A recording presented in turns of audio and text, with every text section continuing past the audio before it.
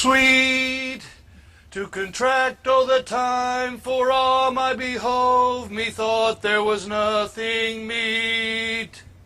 Has this fellow no feeling of his business, that he sings at grave-making? Custom hath made it in him a property of easiness. 'Tis even so. The hand of little employment hath the daintier sense. But age with his stealing steps hath clawed me in his clutch, and hath shipped me until the land, as if I had never been such. That skull had a tongue in it, and could sing once. How the knave jowls it to the ground, as if it were Cain's jawbone that did the first murder. Why, this fellow might have been a politician, which this ass now o'erreaches. One that might circumvent God, might it not? It might, my lord. Or of a courtier, one which could say, "Good morrow, sweet lord, how dost thou, good lord?" Why, this might be my lord such a one, which praised my lord such a one's horse when he meant to beg it, might it not? Aye, my lord. Why, even so. And now my lady Worms, chapless and knocked about the mazzard with a sexton's spade. Here's fine revolution, and we had the trick to see it. Did these bones cost no more the breeding than to play at loggets with them? Mine ache to think on't. A pickaxe and a spade, and a shrouding sheet, oh, a pit of clay for to be made, for such a guest is meet. And there's another. Why, might not this be the skull of a lawyer? Where be his quiddities now, his quillets, his cases, his tenures, and his tricks? And why does he suffer this rude knave now to knock him about the sconce with a dirty shovel, and will not tell him of his action of battery? This fellow might in his time have been a great buyer of land, with his fines, his recognizances, his statutes, his recoveries, his double vouchers. Is this the fine of his fines? The recovery of his recoveries? To have his fine pate full of fine dirt? Is not parchment made of sheepskin? Aye, my lord, and calfskin too. They are sheep and calves which seek out assurance in that. I will speak to this fellow. Whose grave's this, sirrah? Mine, sir. Oh, a pit of clay for to be made, for such a guest is meet. I think it be thine indeed, for thou liest in it. You lie out on it, sir, and therefore it is not yours. For my part, I do not lie in it, and yet it is mine. Thou dost lie in it, to be in it, and say it is thine. 'Tis for the dead, not for the quick. Therefore thou liest. 'Tis a quick lie, sir. 'Twill away gain from me to you. What man dost thou dig it for? For no man, sir. What woman, then? For none neither. Who is to be buried in it? One that was once a woman, sir, but rest her soul, she is dead. How absolute the knave is! We must speak by the card, or equivocation will undo us. By the Lord, Horatio, these 3 years I have taken note of it. The toe of the peasant comes so near the heel of the courtier. How long hast thou been a grave maker?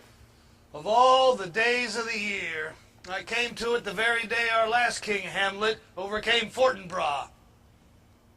How long's that since? Cannot you tell that? Every fool could tell that. It was the day young Hamlet was born. He that is mad and is sent into England. Aye, marry.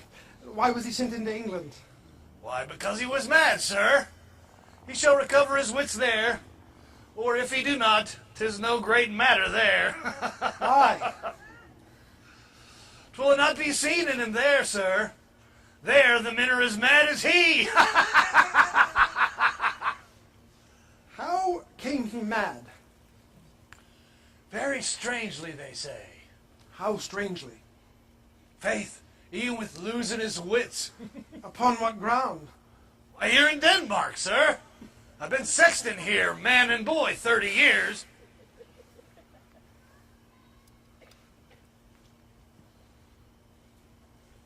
How long will a man lie on the earth ere he rot? if he be not rotten before he die. As we have many a pocky corpses nowadays that will scarce hold the laying in. He'll last you some 8 year, 9 year. A tenor will last you 9 year. Why him more than another? Why, sir, his hide is so tanned with his trade that he will keep water out a great while. And your water is a sore decayer of your horse and dead body.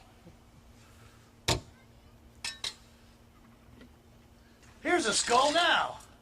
This skull hath lain in the earth 23 years. Whose was it? A horse and mad fellow's it was. Whose do you think it was? Nay, I know not. Pugh! A pestilence on him for a mad rogue, and poured a flagon of Rhenish on my head once. This same skull, sir, was Yorick's skull, the king's jester. This? E'en that. Let me see it.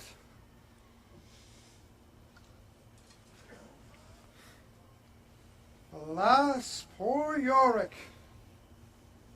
I knew him, Horatio. A fellow of infinite jest, of most excellent fancy. He hath borne me on his back 1,000 times. And now how abhorrent in my imagination it is. My gorge rings at it.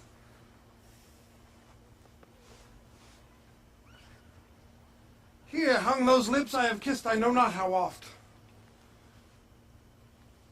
Where be your jibes now? Your gambols, your songs, your flashes of merriment that were wont to set the table on a roar? Not one now to mock your own grinning? Quite chapfallen? Now get you to my lady's chamber. Tell her, let her paint an inch thick. To this favor she must come. Make her laugh at that. Prithee, Horatio, tell me one thing. What's that, my lord? Dost thou think Alexander looked of this fashion in the earth? E'en so. And smelt so? E'en so, my lord. To what base uses we may return, Horatio? Why may not imagination trace the noble dust of Alexander till he find it stopping a bunghole? 'Twere to consider too curiously to consider so. No, faith, not a jot. But to follow him thither, with modesty enough, when likelihood to lead it is thus. Alexander died. Alexander was buried. Alexander returneth to the earth. Now, of that earth we make loam. Now, why of that loam, whereto he was converted, might they not stop a beer barrel? Imperious Caesar, dead and turned to clay, might stop a hole to keep the wind away. O earth, that held the world in awe, might patch a wall to expel the winter flaw. But soft aside, here comes the king, the queen, the courtiers. But who is this they follow, and with such maimed rites? This doth betoken that the course they follow did with desperate hand fordo its own life. 'Twas of some estate. Couch we a while, and mark.